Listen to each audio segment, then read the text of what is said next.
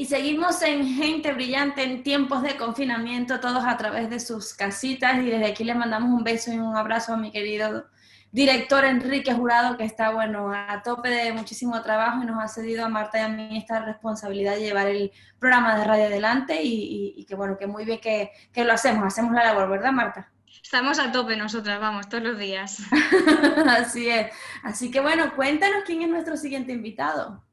Pues ahora vamos a hablar con una persona que la verdad es que ya teníamos ganas de que pudiera hacernos un huequecillo, que es hecho de rogar. Vamos a hablar con Jaime Bacás, quien durante más de 20 años ha trabajado en multinacionales sanitarias y gestionado proyectos de desarrollo en las áreas de consultoría y recursos humanos. Como directivo de grandes empresas, ha tenido a su cargo equipos multidisciplinares a los que ha tenido que gestionar y liderar en situaciones, pues ya sabemos que no siempre las situaciones que se nos presentan son las que querríamos, lógicamente. Hoy Jaime se dedica al coaching para ejecutivos en un buen número de multinacionales. Entiende que el objetivo principal de esta disciplina es que el cliente consiga los resultados que quiere y por eso acompaña a los ejecutivos durante sus procesos de crecimiento, de cambio, para que vayan consiguiendo poco a poco sus metas, ayudándoles a desarrollar habilidades y competencias personales y de gestión. Es muy importante saber cómo gestionar a la gente con la que se trabaja, ¿verdad? Como coach, Jaime está especializado en la productividad personal, el mentoring organizacional, el desarrollo y la gestión de equipos de trabajo y el liderazgo. Además, ayuda a sus clientes a hacer balance de su vida personal y profesional, cosa que es muy importante, y a que aprendan a ser productivos, pero también a delegar y relajarse. Buenos días, Jaime, ¿qué tal estás? Muy buenos días. Muy bien. Estoy vivo todavía y no contagiado, lo cual no sé si es bueno o es malo. Bueno, Y, bueno. y nada, encantado de estar con vosotras. Muchísimas gracias por estar aquí con nosotros. Jaime, yo quería empezar, ya que estamos hablando un poquito de cómo ha sido tu vida, tu trayectoria hasta ahora. Me quería centrar en primer lugar un poquito en hacer una retrospectiva de lo que ha pasado a lo largo de tu vida profesional, porque según acabo de decir, has trabajado en multinacionales sanitarias y gestionado proyectos de desarrollo en áreas de consultoría y recursos humanos. ¿Cómo de este tipo de proyectos acabas haciendo coaching para directivos? ¿Cómo funciona ese cambio en tu vida? Bueno, el cambio fue a través de un modelo inspirador. Yo llevaba 20 años trabajando en el mundo de la empresa multinacional, en el campo de healthcare, del Uh-huh. cuidado de la salud, digamos, empresas bueno, que se dedican a equipamiento hospitalario, a reactivos en las áreas de los laboratorios de los hospitales. Y bueno, en un momento determinado de esa carrera, estoy hablando del siglo pasado, todavía, en el año 83 yo creo que fue, pues estuve en una multinacional norteamericana, que fue la gran empresa de mi vida, pues tuve un jefe, bueno, en realidad no iba a ser un jefe, sería un líder, ¿no? Se diferenciaría, ahí empecé a aprender lo que era la diferencia entre un jefe y un líder. Este hombre pues era norteamericano, yo por aquella época era el responsable de una división en Península Ibérica y él era el director general para Europa de la división en la que yo estaba, por lo tanto le reportaba directamente.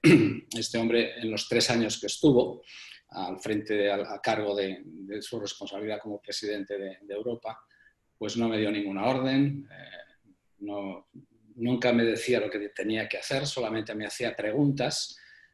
Bueno, a mí me chocaba mucho esta forma de relación.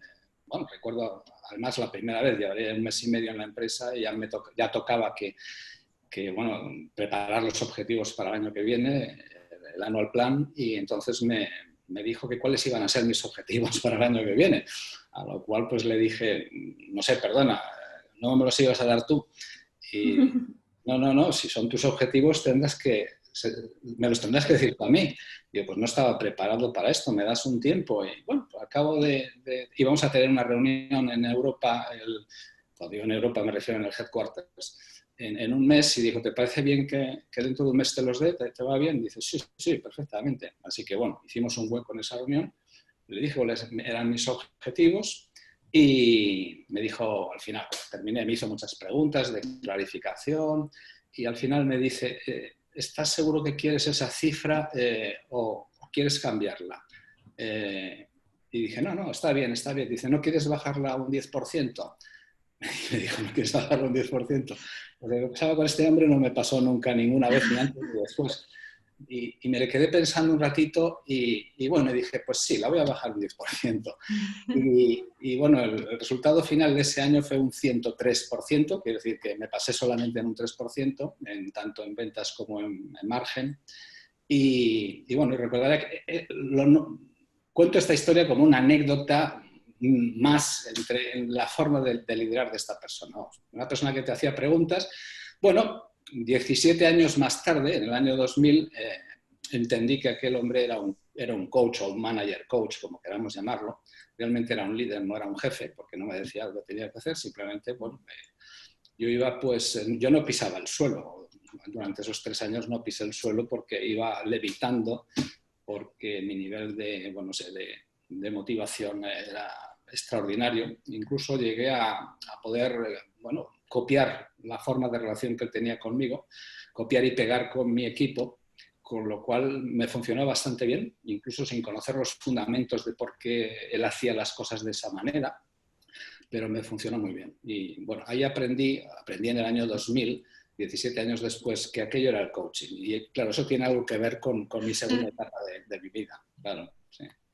Claro. Y Jaime, ¿cómo se consigue contagiar esa motivación a un equipo? Bueno, pues la verdad es que no es tan difícil. Quiero decir, la motivación no hay que olvidar que surge del individuo. Es decir, yo no puedo motivar a nadie. Fundamentalmente lo que puedo hacer es, en primer lugar, no desmotivarle, que ya es suficiente. Y lo segundo que puedo hacer es, sembrar algunas cosas, tener una relación con esa persona en la cual él elija estar motivado. Eso pasa por hacerle preguntas a ese individuo, que participe, que sugiera, que proponga, que decida. Y cuando alguien se adueña de todo eso, digamos, se hace responsable, tiene la posibilidad de disparar la motivación. La motivación no es más que el motivo para hacer algo, acción. Entonces, yo tengo un motivo para accionar, y el motivo para accionar que tengo es que es mi solución, mi decisión, mi propuesta, o sea, es mía, no es otro que me la dice a mí, que lo tengo yo que hacer. Pues entonces ya tengo motivación y entonces viene el siguiente escalón, que es que puedo comprometerme.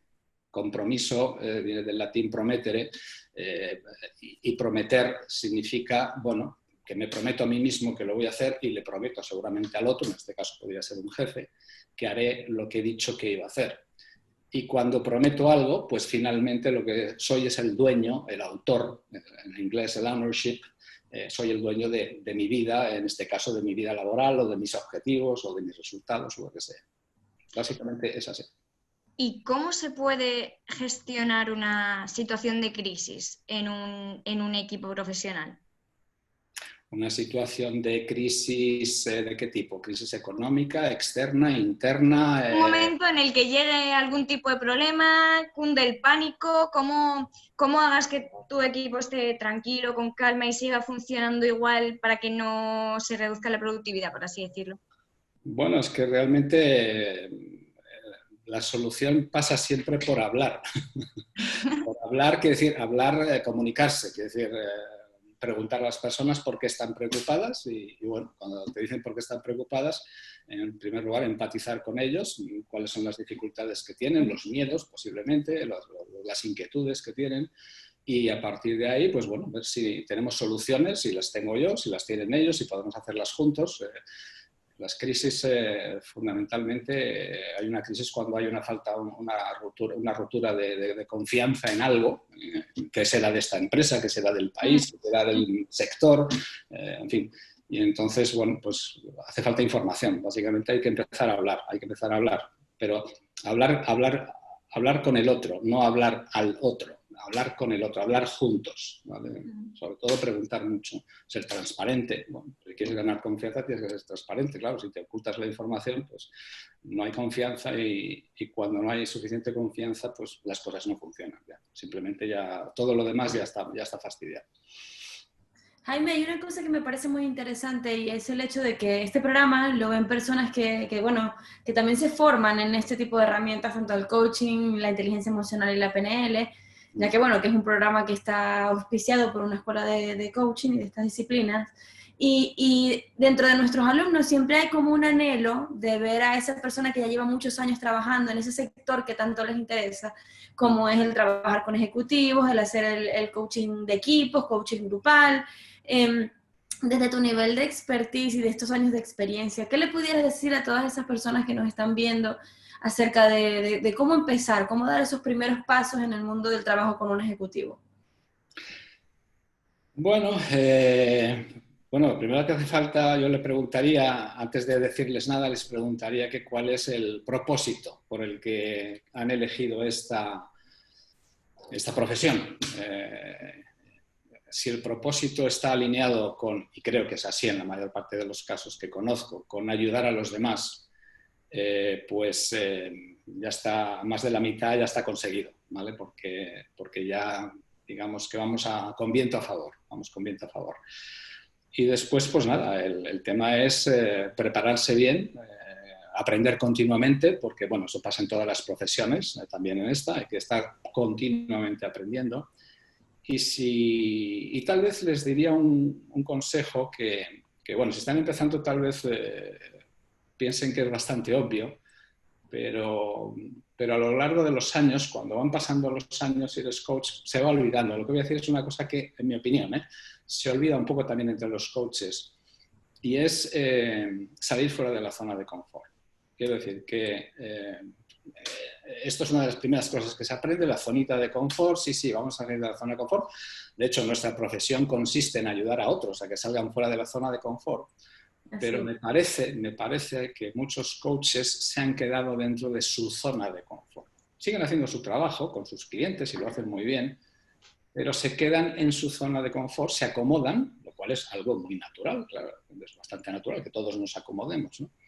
Entonces les diría que ojo con eso, que se pongan una alerta cada X tiempo para que suene y salga una pregunta que dice, oye, Pepe o María. Habría que decir María, porque el 70% de los coaches son mujeres, hay más mujeres que hombres. María, ¿cómo estás de tu zona de confort? ¿Vale? Y esa pregunta.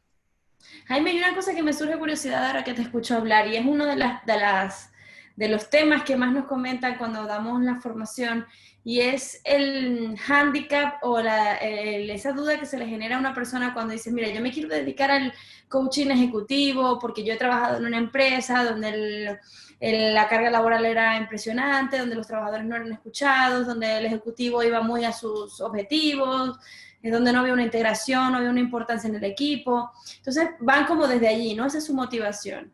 Pero luego hay una duda enorme y es cuando empiezan a decir, ¿cómo me voy a parar yo frente a un ejecutivo? ¿Cómo voy a hacer sesiones yo a un ejecutivo si yo nunca he estado en su lugar? ¿Tú consideras que eso es importante? Sí, creo que es importante.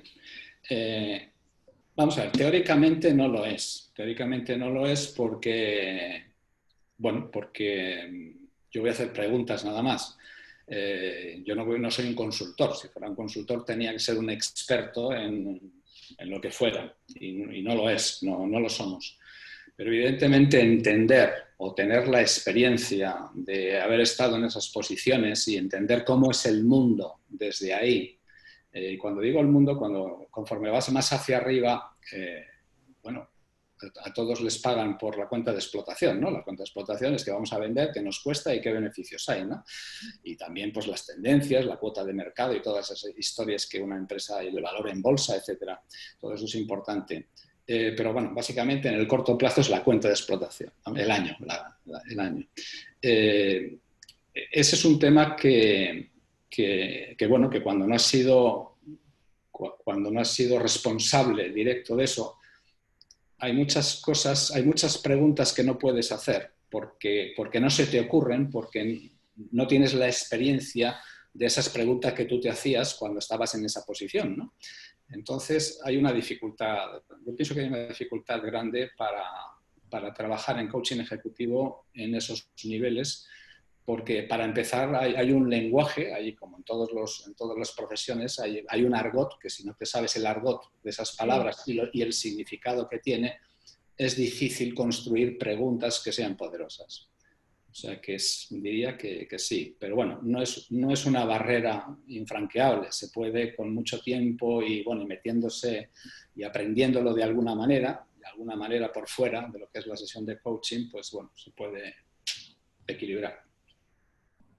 Jaime, a mí me gustaría saber si en tu experiencia como coach de ejecutivos, si hay algún patrón que se repita en esos procesos de crecimiento de los ejecutivos. Quiero decir, si tú, acompañándoles en ese ejercicio de acompañamiento, has observado que entre tus diferentes clientes se repiten los objetivos a los que quieren llegar.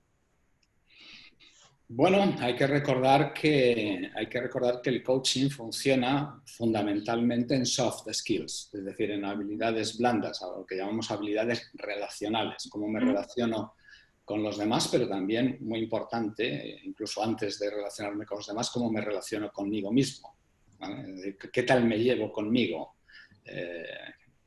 Entonces, porque difícilmente puedo liderar a otras personas si no tengo un nivel de autoliderazgo muy elevado. No es posible, sería un tóxico, sería un vecino, una persona que está fastidiando casi a los demás de alguna manera, ¿no?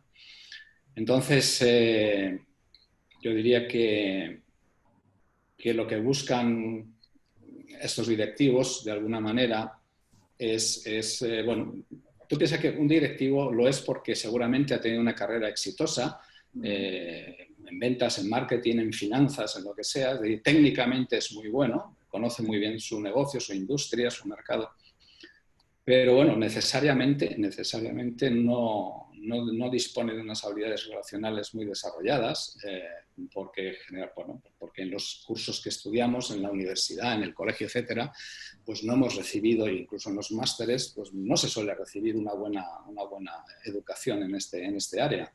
Y puesto que estamos hablando de eso, pues somos muy útiles porque complementamos esa otra parte que hace que la parte técnica pues funcione mejor. Y yo diría que esa sería. Y también el poner la oreja, es decir, poner la oreja en el sentido de que, bueno, conforme el individuo está más arriba, el profesional está más arriba, tiene menos personas con las que hablar. Con las que hablar me refiero con las que compartir sus inquietudes o sus preocupaciones. Entonces, en este caso hay muchas conversaciones que tienen que ver con eso. Simplemente que a veces con poner la oreja es suficiente, ¿no? Y hacer alguna pregunta de vez en cuando y ya está, y se clarifican rápidamente. Sí. ¿Crees que convendría, a raíz de lo que estás comentando ahora mismo, crees que convendría tanto para directivos como para todo el mundo en general, que en la educación más primaria y también en la universitaria existieran ya de base, de raíz, asignaturas como crecimiento personal, desarrollo personal y demás, para ir creciendo ya desde la base? Absolutamente. No tengo la menor duda. De hecho, me parece que es una carencia en el sistema educativo muy fuerte, porque las habilidades relacionales, quiero decir, no las utilizamos solamente en el entorno laboral, las utilizamos en todos los entornos, en mi ámbito personal, con mis amigos, con mi familia, en el ámbito deportivo, en todos los ámbitos se utilizan. Pero los utilizo cuando estoy solo también, es decir, como decía antes, cómo me relaciono conmigo mismo, quién soy, qué quiero, qué propósito tengo en la vida. No sé, tomar conciencia. Ya sabéis que el coaching, uno de los beneficios secundarios más importantes, no se suele trabajar directamente, pero es uno secundario que sale inmediatamente, es la toma de conciencia. Entonces, bueno, pues eso es muy importante, saber para qué estoy aquí en este mundo, qué pretendo, pienso dejar algún legado o no me importa o no. Sí, es bastante importante. Y también me preguntabas antes por los coaches. Yo diría que los coaches que estén muy atentos, sobre todo los nuevos, bueno, diría los nuevos y también los menos nuevos, los más maduros, porque el mercado pienso que va a cambiar muy rápidamente en los próximos 2 años. Va a haber un cambio, una alteración, por decirlo de alguna manera, una discontinuidad en el crecimiento de estos 20 años primeros, que podemos decir si el coaching nace, por decir una cifra, a principio de siglo, aunque ya había algunos proto-coaches en el siglo pasado, pero bueno, eran 4 y estaba empezando todavía el coaching, no estaba ni siquiera, no había escuelas incluso de coaching en España todavía. Digo que entiendo que va a haber una alteración muy importante con una serie de cambios que van a alterar el mercado, van a alterar, digamos, la competitividad entre coaches, va a haber unos cuantos cambios. Jaime, hablando de un poco de ese cambio al que te refieres, ¿consideras tú que esta situación vaya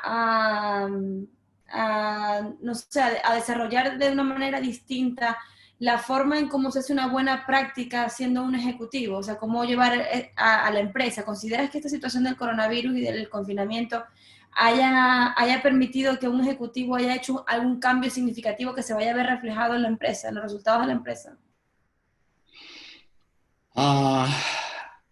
O sea, si lo he entendido bien, la pregunta es que, dada la situación actual en la que nos encontramos, si los profesionales de las organizaciones van a modificar de alguna manera su actitud o van a tener unas aptitudes diferentes.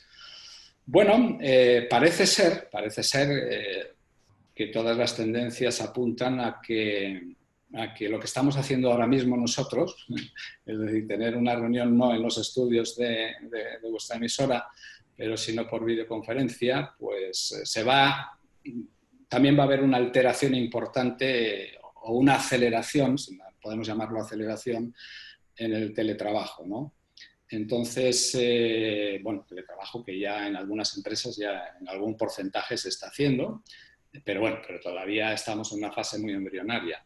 Posiblemente haya esa alteración, lo cual significa que las habilidades de comunicación, que son las que más nos importan, las habilidades relacionales y las de gestión de personas, para lo cual hay que relacionarse con las personas para gestionar las personas, claro, pues habrá que hacerlo por unos canales que son diferentes a los presenciales, ¿no? El cambio en ese sentido no va a ser muy grande, simplemente es aprender cuáles son las características de estos canales. Y eso pienso que se va a hacer, en mi opinión, que se va a hacer bastante rápidamente. En cuanto a comunicación, otra cosa es establecer puestos de trabajo en la casa de los empleados, que también necesitará de algunos ajustes en cuanto a la seguridad de las comunicaciones, de los datos, etcétera, etcétera. Pero bueno, no creo que esto vaya a ser, de verdad, no va, en mi opinión. También soy muy optimista, cuidado, tengo que decir que soy muy optimista y que todo lo veo como bastante fácil, ¿no? Entonces, bueno, una persona más realista o incluso pesimista diría que esto va a ser un desastre, ¿no? No. Yo pienso que el ser humano se adapta perfectamente a todos los cambios que hay, afortunadamente. Bueno, por eso hemos reinado sobre el resto de los animales, porque nos adaptamos al desierto y al Polo Norte también. O sea que no, ningún problema. Jaime, a la hora de ser un buen directivo, además de saber liderar, también es muy importante, sobre todo cuando trabajas solo, no, pero cuando trabajas con un equipo es muy importante saber delegar tareas. ¿Cómo, desde tu experiencia, cómo se consigue que un directivo que le gusta mucho controlarlo todo, cómo se consigue que delegue? Bueno, lo primero es que tome conciencia de que quiere delegar, porque si no delega, tiene motivos para no delegar. Y los motivos para no delegar volvemos otra vez a lo que hablábamos al principio, ¿no? Ya lo hago yo mejor, ya lo hago yo más rápido. Bueno, claro, es un experto, si lo ha estado haciendo durante mucho tiempo, pues lo hace mucho mejor que lo haría cualquier otra persona durante las primeras semanas o meses de trabajo. Pero bueno, lo que hace falta es que ese jefe o ese directivo pues piense cuál es realmente para qué le pagan en la empresa. Si le pagan para hacerlo él o le pagan para desarrollar a los demás. Yo pienso, y esto es muy particular, yo pienso, y está muy influido por aquel hombre que dije al principio, aquel jefe, que la misión la principal misión de cualquier jefe o directivo es desarrollar a su equipo. Esa es la primera. Entonces, claro, si yo no tengo ese propósito en mente, sino que digo, bueno, esto ya lo hago yo porque yo lo hago muy bien y no invierto mi atención y mi energía en facilitar que otro aprenda, pues bueno, tendría yo que hacerlo. Eso es carísimo. Para las empresas es carísimo que un directivo haga tareas que otro puede realizar, porque claro, el coste de ese directivo, ese jefe, pues es este, y el del empleado es este. Entonces, claro, si yo estoy haciendo la tarea, hacer esa tarea cuesta mi salario por hora o como queramos medirlo. Entonces, en la cuenta de explotación eso tiene un coste, pero bueno, es un tema de mentalidad, de entender cuál es mi propósito y para qué me pagan en la empresa. Si me pagan para hacerlo o me pagan para desarrollar para que lo haga otro. Prácticamente un jefe no debería hacer casi nada. Debería simplemente estar desarrollando a su gente para que haga las cosas y las hagan con efectividad. Muy pocas cosas debería de hacer un jefe realmente. Jaime, me encantaría que ya para cerrar, y hablando también de lo que decíamos antes, el tema del cambio que ha supuesto todo el confinamiento, ¿cuáles son los recursos en habilidades, en soft skills, que tiene que tener un ejecutivo para ser un buen ejecutivo, para tener buenas prácticas en tiempos de confinamiento? Bueno, el tiempo de confinamiento es, digamos, es seguir gestionando lo que ya gestionaba antes, pero hacerlo por esos nuevos canales. El canal condiciona un poco las habilidades, pero prácticamente sería lo mismo, pero adaptado a esa distancia que hay. Y entonces, si no nos podemos ver tomando café en la máquina de café 5 minutos, por poner un ejemplo, ¿vale? Pues, bueno, podemos tomar un café a distancia. Yo me lo estoy tomando aquí, tú te lo tomas allí, charlamos de las cosas que se hablan a veces en una máquina de café. Es decir, la dificultad yo creo que la tienen sobre todo todo el mundo, incluidos los empleados también, en separar mejor su vida laboral y su vida personal. Cuando estás en la empresa, aunque bien puedes coger un teléfono y hablar con tus amigos o con quien sea, pero normalmente pues, estás bastante enfocado en el trabajo. Cuando estás en casa, digamos que los interruptores que tienes son mayores. Si hay más gente en casa a las horas de trabajar, bueno, pues entonces tienes más interrupciones nada más. Suena el timbre porque llama el de Carrefour que viene a traer la compra, no lo sé. Entonces hay más interrupciones y sobre todo no sabes a qué hora, hay personas que no saben a qué hora parar. Entonces, bueno, si en el trabajo, por ejemplo, estás, por decir algo, de 8 a 5 o de 8 a 8, me da igual, pues bueno, pues mantén el mismo horario si quieres en tu casa y trabaja hasta las 5 o hasta las 8, pero luego ya se acaba y entonces empieza tu vida personal o tu vida de ocio, o el salir a correr, o yo qué sé, o estudiar, o hacer lo que tengas que hacer. Entonces es un poquito más difícil cuando todo se desarrolla en el mismo espacio, no hay separación de espacios y se hace un poquito, pero bueno, es todo entrenamiento y para eso empiezan a salir montones de programas en el que se ayuda a las personas a que hagan esa separación entre vida personal y vida laboral, que es muy importante para ambos ámbitos.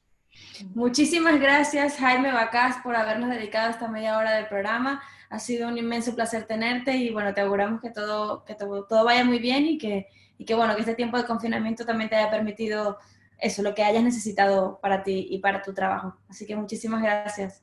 Gracias a vosotras y que tengáis mucho éxito y que salgamos todos muy bien de esta situación. Seguro que sí. Así es. Así que con Jaime nos vamos a una pausa y ya volvemos con más de Gente Brillante.